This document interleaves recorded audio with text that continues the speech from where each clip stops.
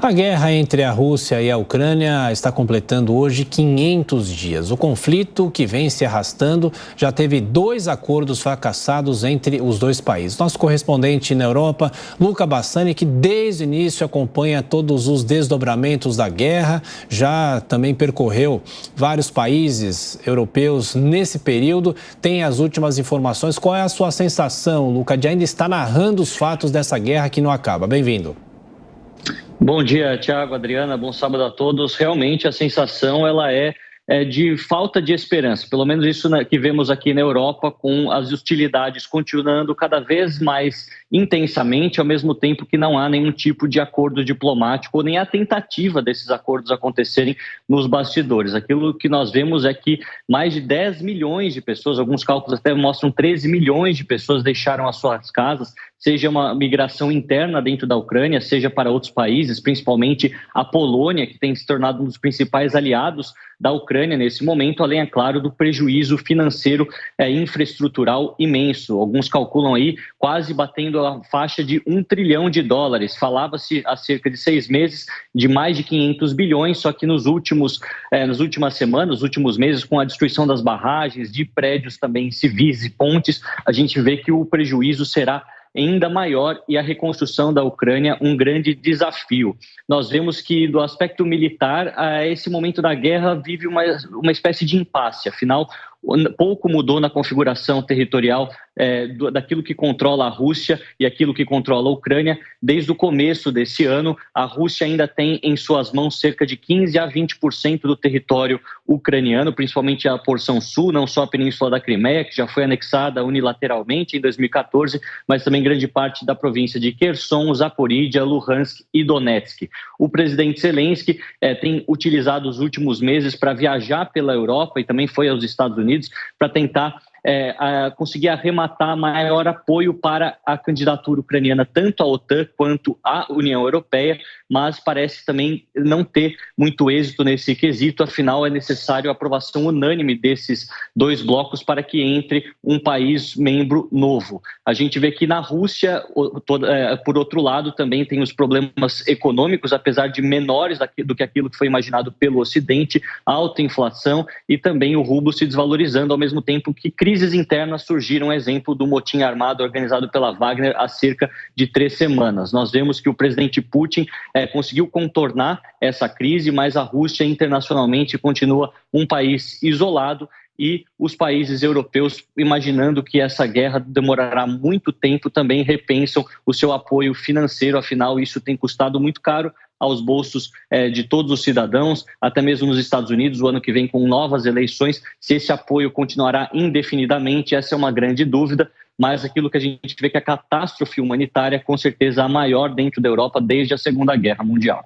Lucas, só mais uma rápida pergunta em relação ao governo da Rússia. Você acha que houve um enfraquecimento do presidente Putin com toda essa rebelião do grupo Wagner, que muitas vezes a gente nem sabia o que podia acontecer ou que nem conhecia esse grupo aqui no Ocidente, né?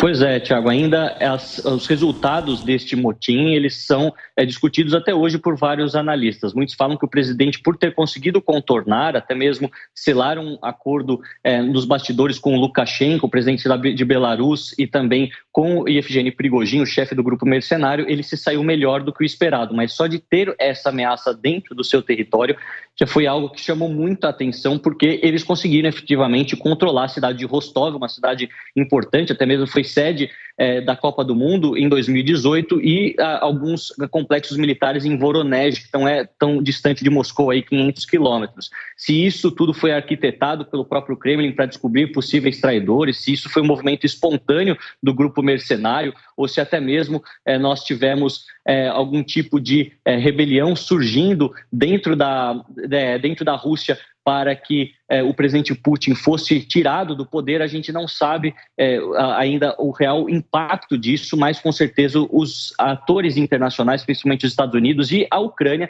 têm olhado isso de maneira mais detalhada, porque pode sim representar algum tipo de vantagem para os soldados em campo, considerando que o presidente Putin e o seu governo têm sido apoiadores ferrenhos dessa guerra e também os motivadores principais causando a invasão em fevereiro do ano passado. Luca Bassani, nosso microfone Jovem Pan Europa, bom trabalho para você, bom fim de semana, até mais tarde. Valeu, é isso. O Luca acabou de explicar para a gente que esse conflito entre Rússia e Ucrânia segue sem grandes avanços, são 500 dias já hoje. Mas o que esperar então daqui para frente? Será que dá para ter algum tipo de otimismo com relação a um possível desfecho breve dos conflitos que acontecem no leste europeu? Para falar sobre o assunto, a gente recebe direto de São Petersburgo, na Rússia, o professor Valdir da Silva Bezerra, mestre em Relações Internacionais. Professor, bem-vindo, obrigada por aceitar o nosso convite. Bom dia por aqui. Bom dia, Tiago. Bom dia, Adriana. Quero agradecer novamente o convite da Jovem Pan. É sempre um prazer estar participando com vocês. Nós que agradecemos, professor. O prazer é nosso. Quais as principais atualizações da guerra desde o início até agora, hein? O senhor que vive na Rússia, o país tem tido qual comportamento diante dos conflitos? Neste exato momento, me parece que a Rússia está fazendo um jogo de paciência, porque não existem mais pretensões de que o exército russo faça incursões agressivas dentro do território ucraniano no sentido de adquirir mais territórios. Agora, a questão da Rússia é defender justamente aquela linha de cerca de 1.000 quilômetros que estão em frente às regiões que foram anexadas em setembro do ano passado. Então, nesse momento, a posição da Rússia na guerra é uma posição de defesa bastante acirrada justamente dessas posições, enquanto ela espera, de algum modo, que a ajuda financeira e a ajuda militar do Ocidente possa arrefecer num futuro breve. Professor Valdir, a pergunta agora de Diogo Schelp. Professor, bom dia. Qual foi a repercussão aí na Rússia da tentativa de motim contra o governo Putin, né, do grupo Wagner? A população ficou preocupada? Teve alguma mobilização maior? Enfim, qual foi o impacto disso na população e na popularidade de Putin?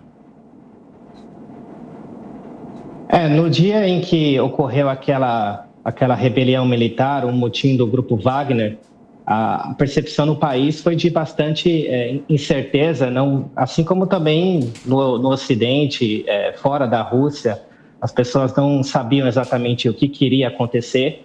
Foi altamente inesperado, eu posso colocar assim, o Estado russo tomou um susto definitivamente com aquela rebelião, mas também o final dela, a conclusão naquele mesmo dia, também foi tão surpreendente quanto o seu surgimento. E se houve uma tensão no ar, pelo menos dentro do país aqui, enquanto a rebelião ocorria, logo que foi divulgado o acerto que o Evgeny Prigozhin fez com o presidente belorrusso Lukashenko, eu já percebi uma significativa diminuição das tensões, e não somente na conclusão que se deu nesse mesmo dia, mas nos dias seguintes. E, de um certo modo, o governo Putin conseguiu, mesmo diante desse desafio, se manter relativamente estável. Professor Valdir, em relação à popularidade específica de Vladimir Putin, as pessoas ainda confiam no presidente, pelo menos em relação a uma grande parcela da população? As notícias da guerra chegam muito enviesadas aí na própria Rússia ou não? Eu diria que o Putin continua popular, mas o apoio da população russa a Vladimir Putin, ele não é um apoio exatamente entusiasmado. Me parece um apoio mais silencioso, me parece um apoio mais passivo ao que vem acontecendo, por exemplo, na Ucrânia. Existiram, claro, pesquisas de opinião apontando que Vladimir Putin tem uma popularidade de cerca de 80%, mas a gente precisa colocar também que, logo depois do início da guerra, o governo russo ele aprovou algumas leis restritivas no país e também se opôs àquela parcela da população que se manifestasse contra a guerra na Ucrânia. Então, isso tem alguma influência nesse aumento de popularidade que ele teve. Em resumo, eu diria que Putin continua de uma certa forma popular no país, mas não é um apoio exatamente efusivo que a população russa vem demonstrando ao líder. E falando sobre o assunto há pouco aqui no Jornal da Manhã, professor, também a gente debatia sobre possíveis prejuízos na economia russa devido às inúmeras sanções já impostas nesse período desde o começo da guerra por diversos países. O senhor que vive aí ao longo desses 500 dias, sente diferença na qualidade de vida, no acesso ao consumo, a compras? Quais os impactos nesse sentido? No começo das sanções, o choque foi bem maior. Então, a gente teve problemas inflacionários significativos. Muitos itens básicos tiveram um acréscimo de cerca de 20%, 25%. Mas a situação depois acabou sendo controlada, até de forma surpreendente, pelo governo russo. O rublo, que teve uma desvalorização de cerca de 100% naqueles primeiros momentos, ele também acabou revertendo o seu curso, voltou para patamares similares aos patamares pré-guerra. Então, a Rússia, apesar de ter tido, claro, uma queda econômica no ano passado, então, por exemplo, números do governo russo mencionam que a economia teve uma diminuição de menos 2,2%, né? Outros analistas externos dizem que esse número é um pouco maior, cerca de 3% a 4%. Mas certamente não foi aquela catástrofe que se esperava que fosse acontecer com o país. Existiram previsões, por exemplo, de que a economia russa pudesse cair de 10% a 15% em alguns jornais econômicos do Ocidente, por exemplo. Eu não diria que a população tem sofrido muito, muito embora já faz, desde 2014, na verdade, desde aquele período, né, os salários reais na Rússia não têm aumentado, então a Rússia passa por um período de estagnação, já não é de agora. As sanções têm atrapalhado, mas o Estado conseguiu se manter de uma certa forma estável, porque as previsões que foram feitas de colapso econômico, de queda brusca, né, da qualidade de vida da população, acabou não se realizando na minha visão. Ao vivo de Petersburgo, São Petersburgo, na Rússia, professor Valdir da Silva Bezerra, mestre em Relações Internacionais. Obrigada pela conversa por aqui, pelas explicações todas. Felicidades por aí, tudo de bom. Bom sábado, até uma próxima. Obrigado, agradeço novamente o convite da Jovem Pan, fico à disposição. Um bom dia para vocês.